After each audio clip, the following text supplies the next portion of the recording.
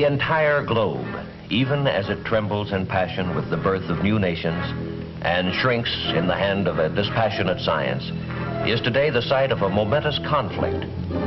As each side attempts to prove to the world the superiority of its position, the conflict is fought with the words of diplomats, with gestures of friendship and help to uncommitted countries, even with cultural demonstrations. It is fought indeed on every level of man's experience, for the stakes are high. As one of the adversaries in the conflict, we see a challenge as great as any in our historic past. A challenge not, we hope, to be met and joined in battle, but to be faced and fought in the hearts and hopes of men. It is the challenge of ideas.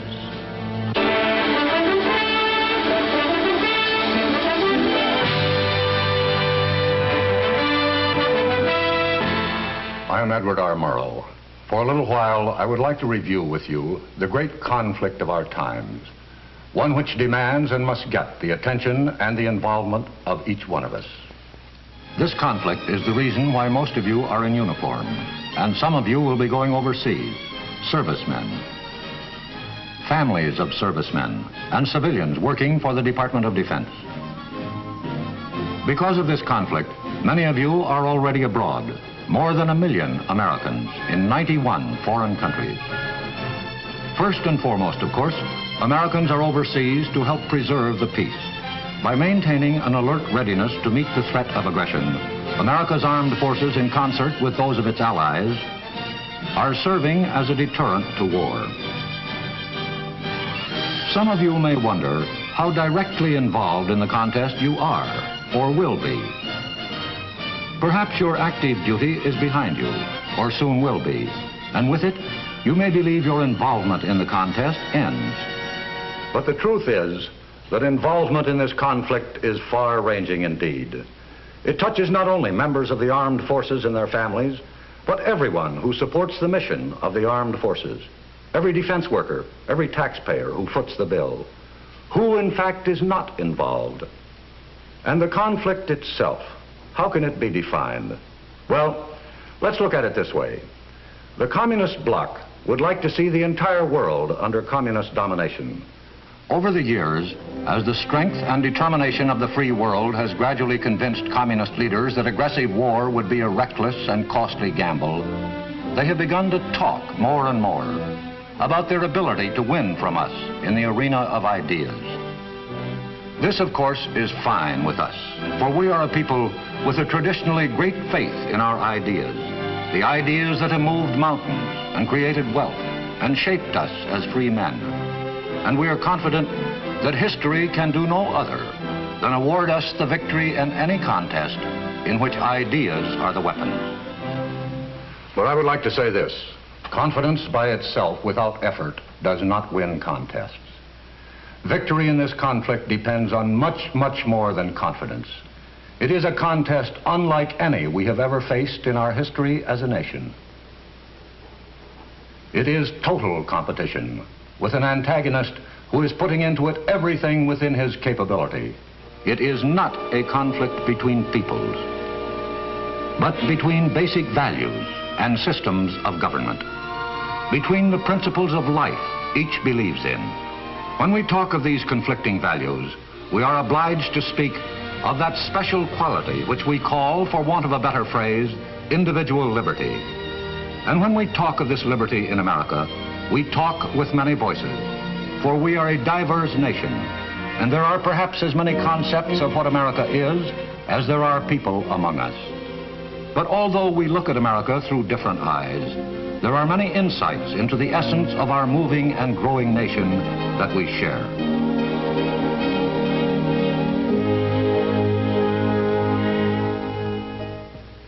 I'm John Wayne. Is there any better or equal hope in the world, Lincoln asked, than the ultimate justice of the people? We Americans believe there is not. The stonework of our national life is made of this belief. We believe in many things, but this belief that man is a responsible being bears out our own unique stamp as a nation. As a people, we are active and often noisy. We are industrious, oftentimes to the bafflement of ourselves and our friends. We relax as hard as we work.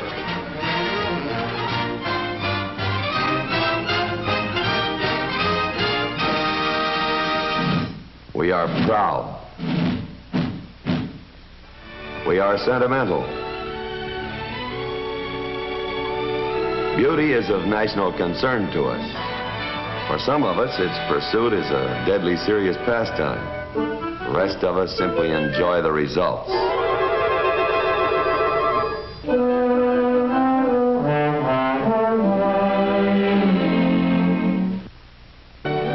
Some of our national spirit shows up in the monuments we erect, the large ones and the small ones. It rings through the music which animates us. Attaboy, Homer, swing it! Second jump out and lead to the fourth, four hands down in the circle. Swing the opposite way and you keep the gal behind.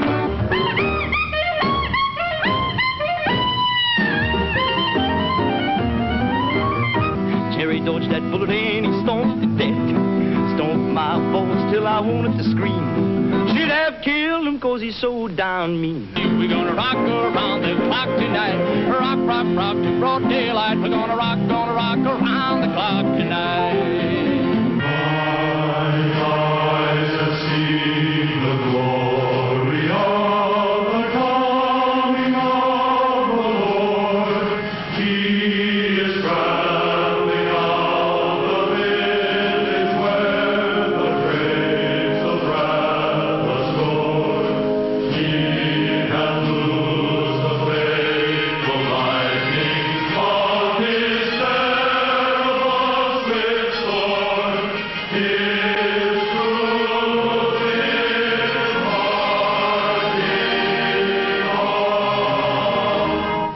We have, on occasion, some difference of feeling. At other times, we are united. We are all these things and many more, but above everything else, we are free. We believe in the ultimate justice which we as free men can create. Our heritage of freedom is our most priceless possession. Men before us have died to keep it alive, and men in our times have done the same. But although men have died to preserve it, we may die again. The glory of this heritage is the vision of life that it has given us. A life of dignity and nobility of spirit, such as men have never before been enriched by in the long march through the history they have recorded. There is a phrase which recurs in our national documents, the literature of our story as a people, which points to the source of our belief in individual freedom, and defines perhaps better than any other the nub of the conflict between the opposing systems of values which sweep the world today. That phrase is, "This nation under God." That phrase and others like it set the standard of our concept of man. As a creature of God, man is a being with dignity and conscience, with the ability to determine right from wrong and the obligation to act on that right. From this belief in man as a responsible being flow the beliefs in his other qualifications which we accept, usually even without bothering to think about them, as parts of that vague condition which we call the American way. His ability, indeed his right to explore the truth in all things. His ability to govern himself. And his ability to handle his own economic problems.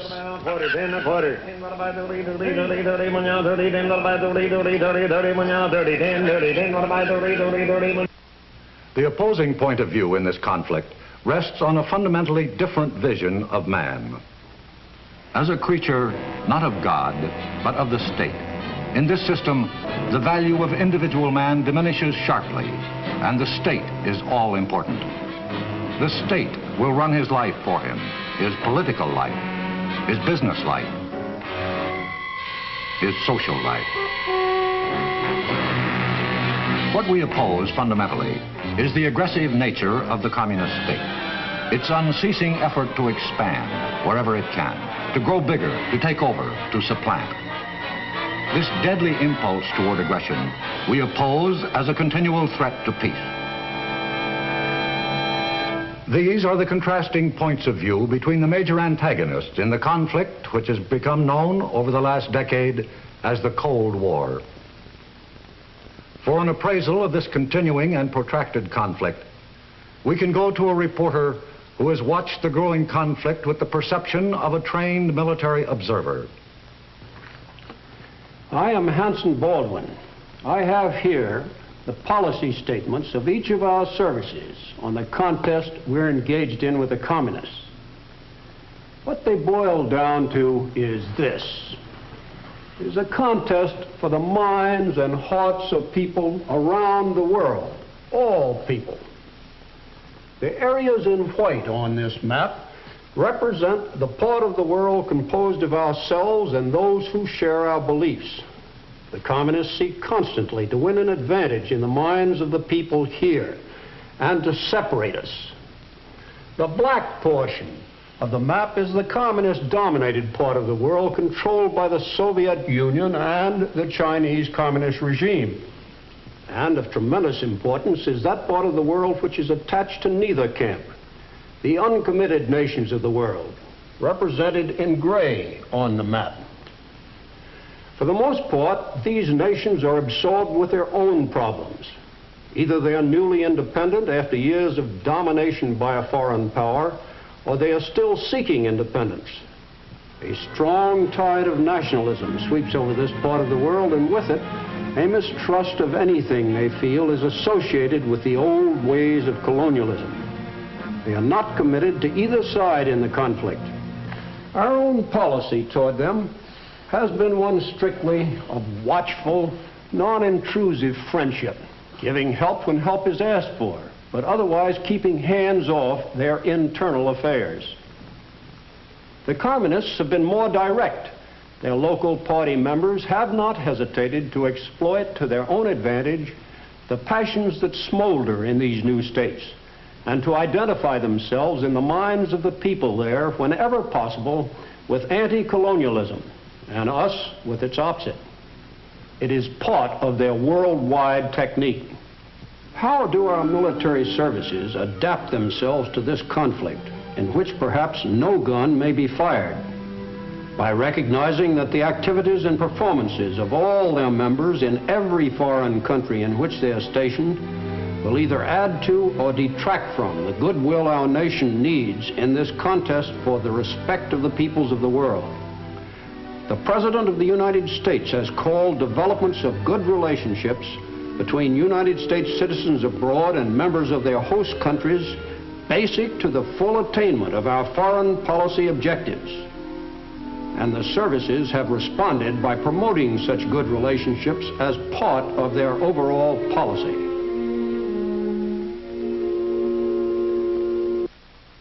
The communists initiated the Cold War for the same reason they would have started a hot war had that been feasible, or would now, should they ever decide that the free world was weak enough for them to risk it. Whatever the degree of tension they create, it is a substitute for hot war, another means of achieving their end. And their end, of course, is world conquest, short of war if possible. World conquest by actions short of war. Actions that are political, economic, and ideological. How do the communists apply these three methods? First, we will consider the political method and the techniques the communists use when they attempt to acquire their objectives in this way. We would do well to consider the success the communists have had by using the political method alone. As you will see from the black area on this map, they have expanded between 1940 and 1954, took over 15 countries, totaling 714 million people. Since 1954, there have been major internal disruptions in 9 additional countries outside the Iron Curtain. Now, how do they go about applying this political method? The communist coup in Czechoslovakia in 1948 provides us with a blueprint of the ideal formula for political conquest, which includes taking over a country without outside intervention. Destruction of its parliamentary form of government. Murder of its democratic leaders when necessary. Rigged elections with only the communist candidates on the ballot. Once the penetration is complete, all this is backed by the naked force of military occupation. By such devices, the Soviet Union turned its neighboring states into satellites, political and economic puppets. In China, political action was cruder, but no less effective. Here, it was political action by conquest.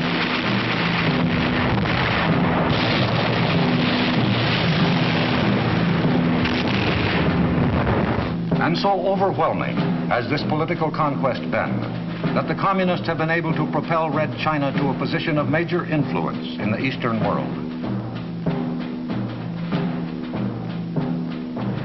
The political force method includes the suppression of freedom in a country already under communist control without outside interference. Inside the Iron Curtain, there were revolutions without help from the outside. In East Germany in 1953, Poland in 1956, Hungary in the same year, and Tibet in 1959, all of them brutally suppressed. And finally, there is the International Communist Party, dedicated to the subversion and overthrow of every still free government.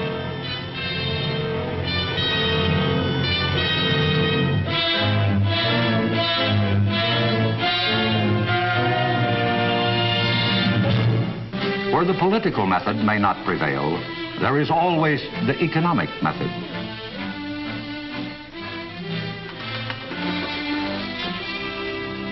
I'm Frank McGee. Let's consider for a moment this matter of the communist use of economic methods to achieve conquest and how it's done.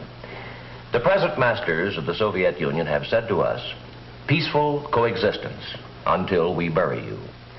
They propose to officiate at our interment by catching up with us industrially and then surpassing us. They're working hard at it. Today, the 200 million inhabitants of the Soviet state bend their backs and their talents to the Kremlin's will. And Sputnik and Sputnik's successors have proved conclusively enough the USSR's proficiency in the area of technical ability. Throughout the vast stretches of this empire, you find new industrial cities, plants, assembly lines, the most modern equipment. Soviet products of every description awaiting delivery and reaching industrially backward areas of the non-communist world. Teams of Russian technicians are available to operate this machine. This is economic penetration, paving the way for political takeover. The hand of Soviet friendship, which usually precedes an attempt at economic penetration, has been reaching into every part of the world which shows the slightest inclination to receive it. Recently, we've seen it extend into our own hemisphere, into turbulent Cuba, where it was embraced as a triumph of Soviet policy. A few statistics will demonstrate how serious this threat is becoming to the free world. Of the entire annual Soviet economic capability, their gross national product, 70%, or it may run as high as 80%, is devoted to the area of heavy industry. The U.S. and free world share of gross national product devoted to the same area is certainly not much more than 20%. In terms of volume applied to this area of gross national product, the Soviet Union is beginning to surge ahead. Finally, the communists attempt ideological penetration. Perhaps their strongest efforts go into this kind of penetration into the free world. Before we talk about ideological penetration itself, let's take a look at the reasons why this form of penetration is so important to the communists. For one thing, communist aggression has alarmed many free nations and produced their united will to resist. These nations have implemented their will to resist all other forms of Soviet penetration through a number of trade agreements.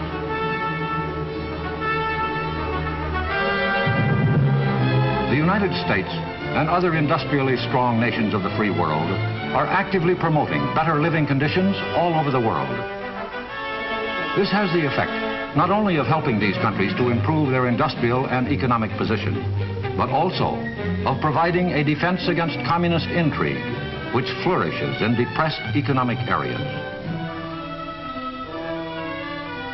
The military potential of the free world has been revived by such mutual defense pacts as the North Atlantic Treaty Organization in Europe, the Southeast Asia Treaty Organization to counter aggression in this part of the world, the ANZUS Treaty, and the Rio Treaty to provide hemisphere defense.